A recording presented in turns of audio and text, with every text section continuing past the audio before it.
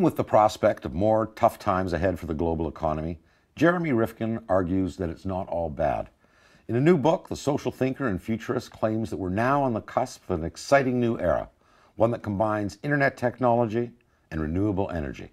His book is called The Third Industrial Revolution. Your new book is about the third industrial revolution, but first I want to talk about the second one, the one based on the internal combustion engine and fossil fuel. Where do you see evidence that it's going away? Well, first let me put it in context. The great economic revolutions in history occur when new energy regimes emerge. New energy regimes make possible more complex civilizations. But for those new energy regimes to be operational, you have to have new communication revolutions that are agile enough to manage them. So what's interesting through history is it's when communication and energy revolutions actually come together, those are the pivotal points in history. Take the Second Industrial Revolution. Early 20th century, we had centralized electricity, the telephone, and then later radio and television. This communication revolution became the media to manage a more dispersed auto era, an oil era, a suburban society, and a mass consumer culture. Right. This second industrial revolution is dying. I mean, it's in an end game right now.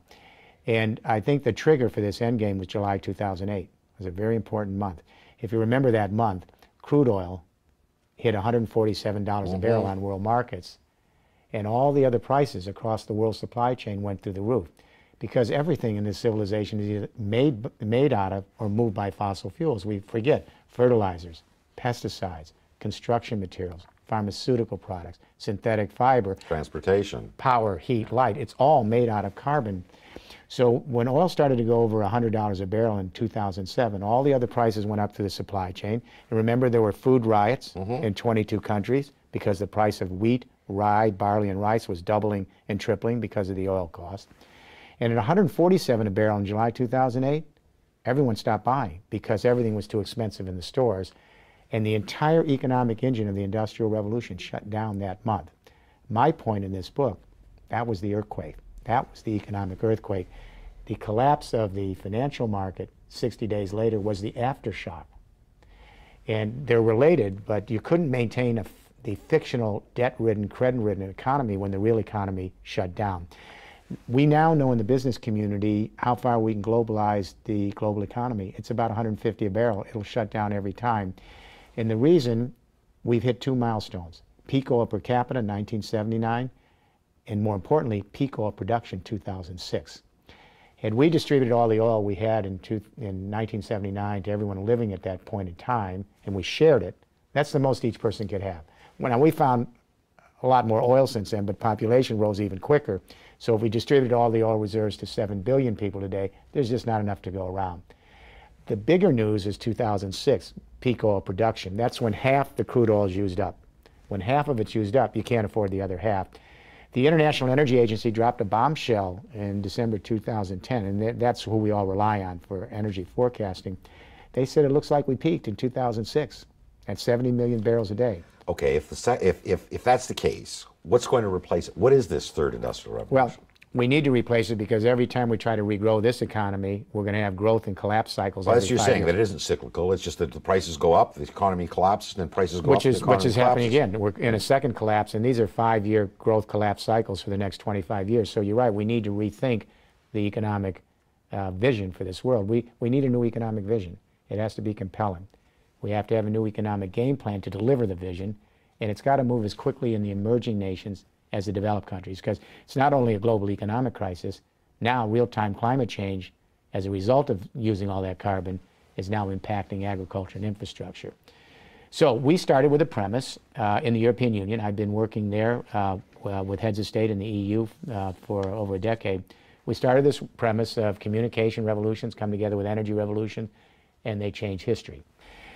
What's interesting now is this internet communication revolution is just now beginning to merge in Europe, and especially in Germany, with a new energy regime, distributed energies, which have to be organized collaboratively and scale laterally. It's a perfect fit. I want to talk about Europe in a moment, but first, to go to your next kind of point, is that in order for this to happen, we need something as prosaic as a grid. Yeah. Why is that important? Well, you know, you and I grew up on elite energies, coal, oil, gas, oil sands. Someone else provided it for us. Yeah, and they're only found in a few places. So you have to centralize them. They're very expensive. They're top down. Distributed energies are found in everyone's backyard: the sun, the wind, the heat under the ground, etc. So the European Union has made a commitment to a third industrial revolution. I was privileged to develop the plan for the EU. It's our formal plan, and it's we're moving it out now in the member states. Pillar 1, we committed to 20% renewable energy by 2020. That's a mandate. Every country has to do it. That means a third of the electricity has to be green. Pillar 2, how do we collect energies that are everywhere? Buildings. We have 191 million buildings in the EU. Homes, offices, and factories. They use the most energy and they create the most CO2 for climate change. So the goal in the EU now is to convert every single potential building in Europe to your own personal green power plant. So you can get solar off your roof, vertical wind off the side of your buildings for electricity, geothermal heat, converted energy under the building, garbage to electricity in the building, etc. The new buildings that are actually up are positive power. They generate more power than they even need. Yeah. Now, Pillar 2 jumpstarts construction. It means millions of jobs, thousands of small and medium-sized enterprises have to convert every single building in Europe to a power plant. And here's the analogy I would use. 1970, few mainframe computers. That's all we had. Then this kid, Steve Jobs, comes along. He invents the personal computer. Today, 2.3 billion people create their own information and share it with far more lateral power than the old centralized communications of the 20th century. Today, we've got a few power and utility companies in Canada, Europe, around the world, and we passively buy the power. But already in Europe, we have several million buildings putting a little bit of their own green energy back into the grid. In 10 years from now, there's going to be tens of millions of buildings around the world generating their own green energy on site, including here in Canada. And in 25 years from now, hundreds of millions of buildings will be personal power plants. It's following the same cost curve, you and I talked about this before we went on the air, as the shift from mainframe to desktop computers and cell phones. As the technology gets cheaper and cheaper to harvest these energies, it's going to be as cheap as cell phones. The energy's free. The sun off your roof is free once you have the technologies to grab it, or the wind off the walls of your building. So that's Pillar 2. Pillar 3 is the tough one, storage. The sun isn't always shining. Sometimes the wind blows at night, but you need the electricity during the day. They're intermittent energies.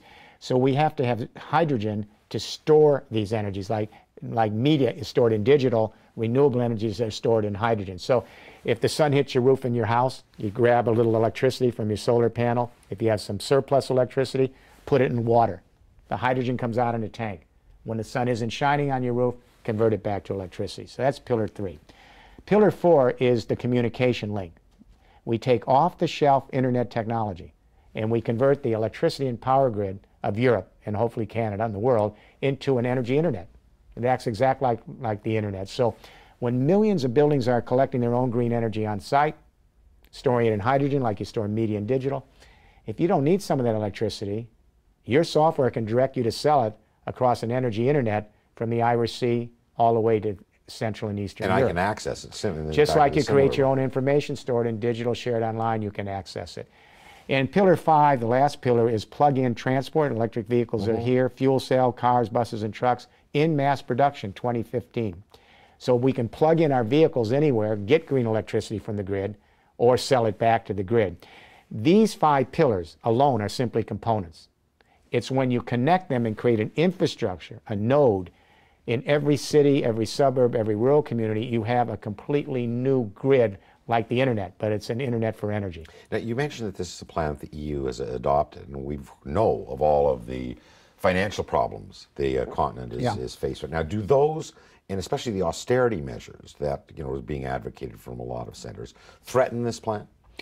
What it does is it forces us to move more quickly on the plan, because what we're realizing in Europe is austerity is not enough. We can make cuts, and there is waste, but cuts alone don't create a new economy. Let me share an anecdote. When Angela Merkel became Chancellor of Germany. And you're an advisor to her? Well, she asked me to come to Berlin the first few weeks of her government to help her address the question, how do you grow the German economy and create jobs in the 21st century? Now, remember, Germany is the most robust industrial economy per capita by far in the world. When I got to Berlin, the first question I asked the Chancellor is, Madam Chancellor, how do you grow the German economy or the European Union economy or the global economy in the last stages of an energy era and an entire industrial revolution built from it? So even with austerity, if we're stuck in a 20th century second industrial revolution where the energies are more expensive, the technologies are old, and the infrastructure is falling apart, there's no opportunities. So what we need to do now is we need to envision a new plan for Europe. And we have a golden goose in Europe. We have 500 million consumers.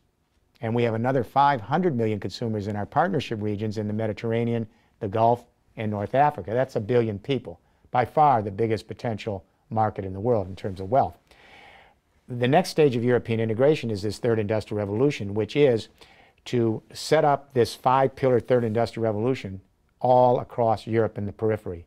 Thousands of nodes. You have to imagine, for example, Rome. Let's take Rome. We just did the master plan for Rome, my global policy group, the great city. So when Rome creates a 5-pillar node infrastructure, it immediately wants to look for another node, because when it has a surplus of green electricity, the sun's been shining, the wind's been blowing, it wants to sell it to Munich or Oslo or even Istanbul. So the third industrial revolution likes to cross continents and time zones. So when at nighttime the wind is blowing, you sell your electricity during a time zone in the other part of the continent where it's daytime, or where the sun is shining in one part of the continent and it's nighttime in the other, you sell your electricity. It comes in like Wi-Fi. Wi-Fi was pretty improbable. I mean, people connecting up their low-level frequencies in their garages and connecting door to door, it spread across continents in 10 years.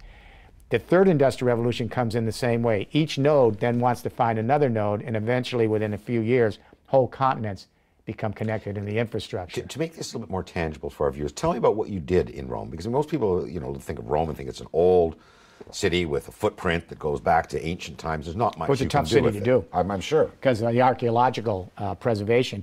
We brought in, I have 120 companies in our group. It's called the Third Industrial Revolution CEO Business Roundtable. So Cisco, IBM, Philips, Daimler, a lot of the big construction companies like Bouygues, Acciona. And we brought together the major architects in the world, Gordon Gill, Adrian Smith out of Chicago, Barreri Studios. And what we do is we work collaboratively with the city. And we envision the city of Rome as a biosphere. The biosphere is the sheath from the stratosphere to the oceans, where geochemical and living processes interact to maintain life. We said, let's take Rome and make it part of the sheath of the biosphere and integrate it. So in the inner city, what we did, we have to be careful on the historic preservation. So our architects in Italy came up with a plan to winnow out all the old warehouse districts and Soho them, and then take the inner parts of these complexes and turn them back into courtyards, like the ancient Roman courtyards. So when you travel over Rome, you're just going to see green, because inside all the courtyards will be back into a natural setting. In the center circle, commercial circle, we're putting in a high-tech third industrial revolution parks, which will be driven by their own energy, solar, wind, geothermal. The outer circle, the agricultural circle, we're turning into the slow foods movement to highlight Italian cuisine, which is one of their strong export commodities. And we're putting in arboretums, ecological parks. There's going to be wildlife refuges. So the idea is actually to remake a city and bring urban and wild together as a biosphere frame of reference. You also say that this could lead to the democratization of energy. And that has huge implications, especially for the developing world. Talk to me more about that. It does. The music companies did not see file sharing of music coming. When millions of kids apparently had nothing else to do after school but figure out new software to share music, the music companies were caught. They didn't see it coming. They went out of business, a lot of them, in a few years. And I can tell you, this in journalism, the newspapers did not see the blogosphere coming. Millions of people democratically organized to, share information and video and share news. Now the newspapers are either going out of business or creating blogs. As powerful as the democratization of information has been on the internet, that's only half the story.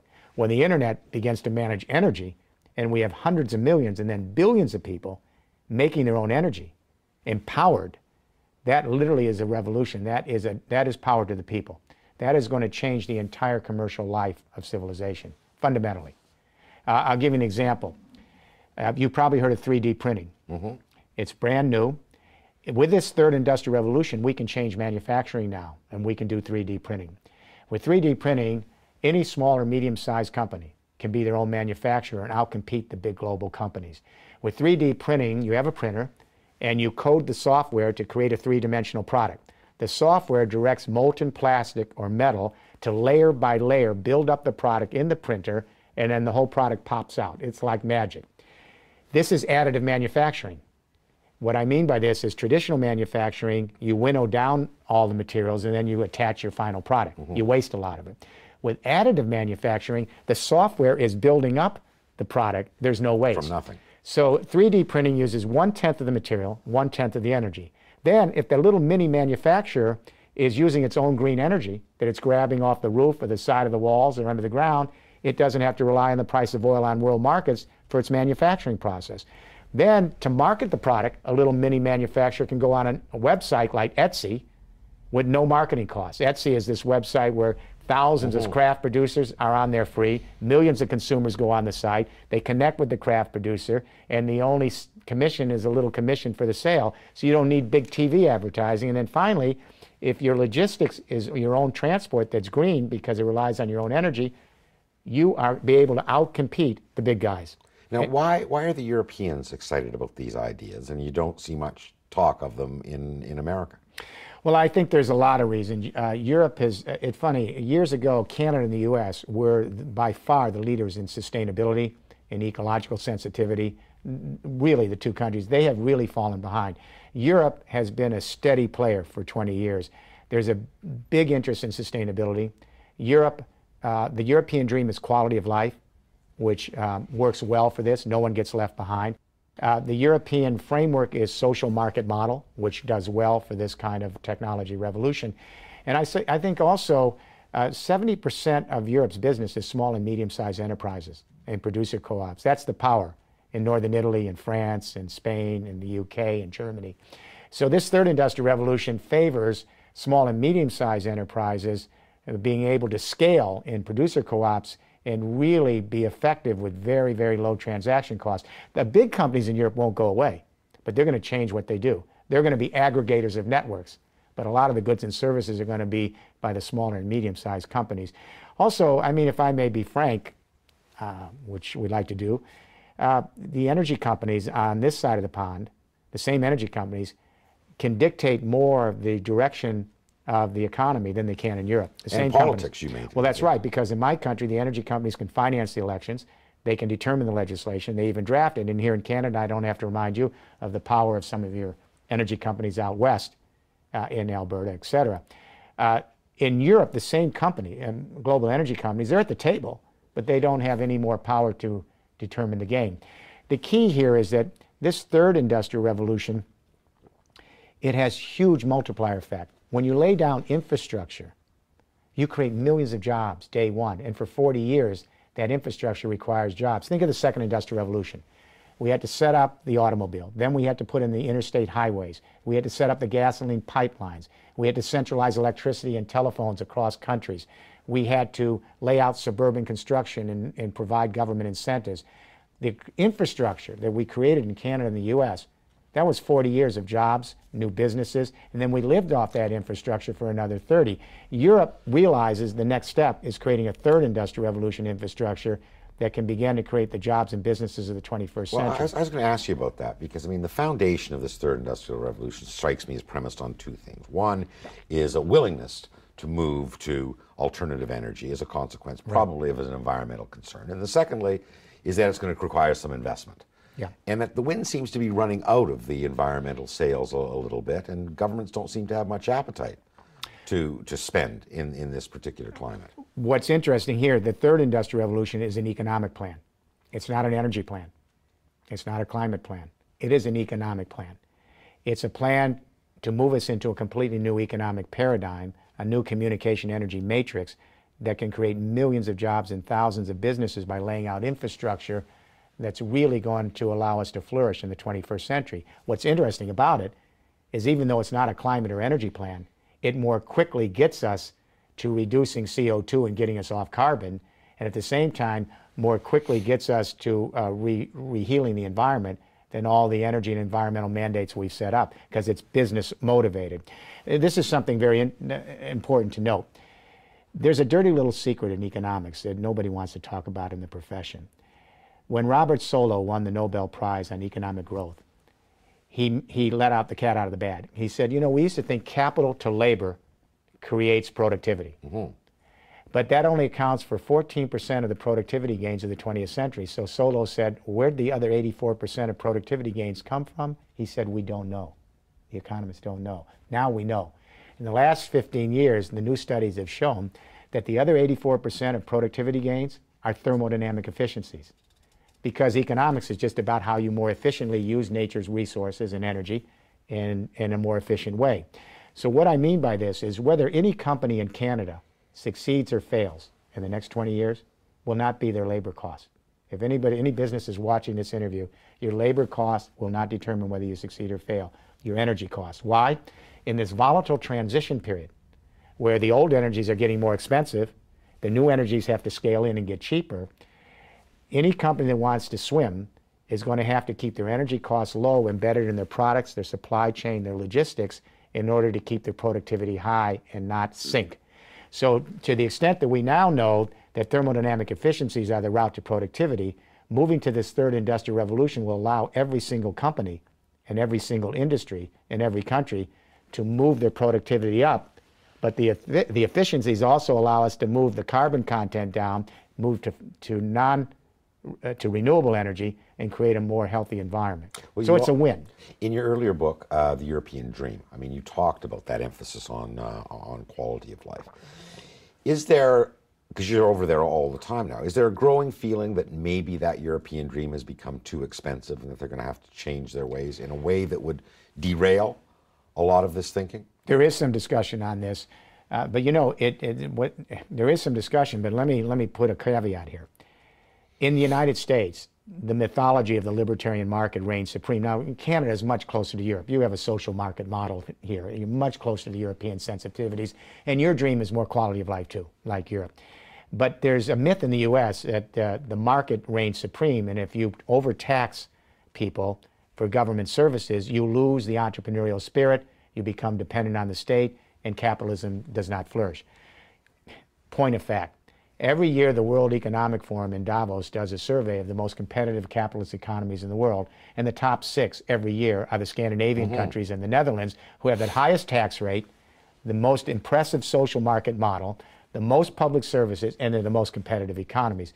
Yes, there is a conversation going on in Europe, but I think it's a helpful conversation because it's really saying we do not want to compromise the social market model or the European dream of quality of life.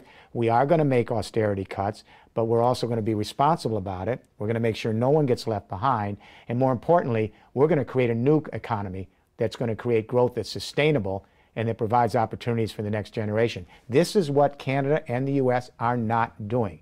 And what I would say here, watch Europe and watch Asia. The third industrial revolution is taking off now in Asia. Big time. In the next 24 months, this 5-pillar third industrial revolution is going to be throughout Asia, in Korea, in Japan, in China. Canada and the U.S. are going back to the 20th century in terms of their energies, their technologies, and it's sad to watch it happen. Well, I wanted to ask you about that as well, too, because you also write in here is that this third industrial revolution will kind of transform globalization to continentalization. Yes. Expand on that idea. The first and second industrial revolution, because they relied on elite energies that had to be centralized, and centralized electricity, telephone, etc., very expensive capital. So you had to have centralized factories, centralized supply chains and logistics in order to be able to take advantage of the cost factors. The third industrial revolution, because it scales laterally, it favors a completely different way of organizing the economic and political space. The first and second industrial revolution favored national markets, and we created national governments. The third industrial revolution likes to cross borders. It doesn't like borders. Like Wi-Fi, when those 5-pillar nodes come in, they like to connect to the next node, until an entire continent is connected in the new infrastructure. And that requires the thinking in terms of continental markets and continental political unions that can regulate standards across continents. So we are heading to globalization. This time it's going to be more flat, not top down. This time, continentalization is the route to globalization. The European Union is going to attempt to integrate that entire continent into a seamless, integrated third industrial revolution market. The Asian Union is following very quickly, and they're going to be head-to-head with the European Union. The African Union was stumbling, as you know, for years, but now it wants an African continental market and a third industrial revolution infrastructure for the African Union. The South American Union formed 3 years ago. It's just getting off the ground. So now the question is, what about North America, Canada, and the U.S.? NAFTA has nothing to do with the kind of continental market and union we're talking about. You think that could mutate into something far more? No, not NAFTA. No? NAFTA was really, if I may say, designed so the U.S. could take advantage of the resources in Canada. And low labor costs Absolutely. now in Mexico. This and Mexico, that's it. That was the deal. Has nothing to do with this. What's happening, though, in Canada and the U.S. is a de facto continental markets emerging and a de facto continental political union below the radar, with absolutely no knowledge about this in Ottawa and Washington. If you take a look at the border, for the last 15 years, the northeast provinces of Canada have been in a tighter and tighter arrangement with the northeast governors on sharing electricity, communications, sharing ideas about labor, job, employment. The Midwest has an alliance too, but it's weak. But also in the West Coast, the western provinces in Canada have a very tight infrastructure relationship with the western governors in Cascadia to do the same.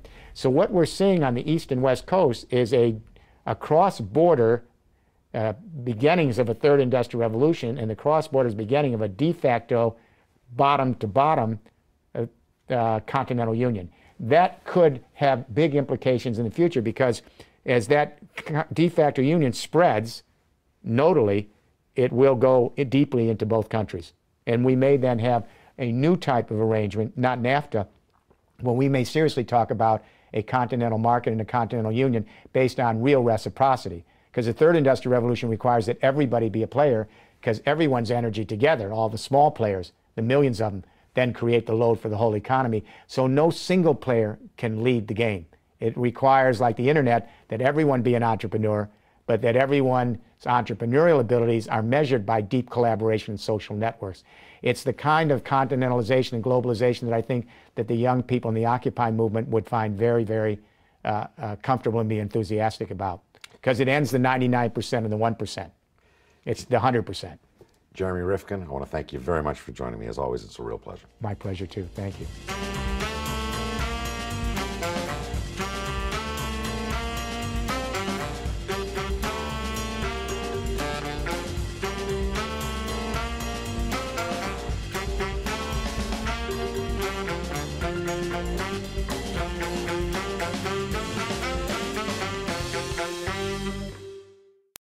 Support Ontario's public television. Donate at tvo.org.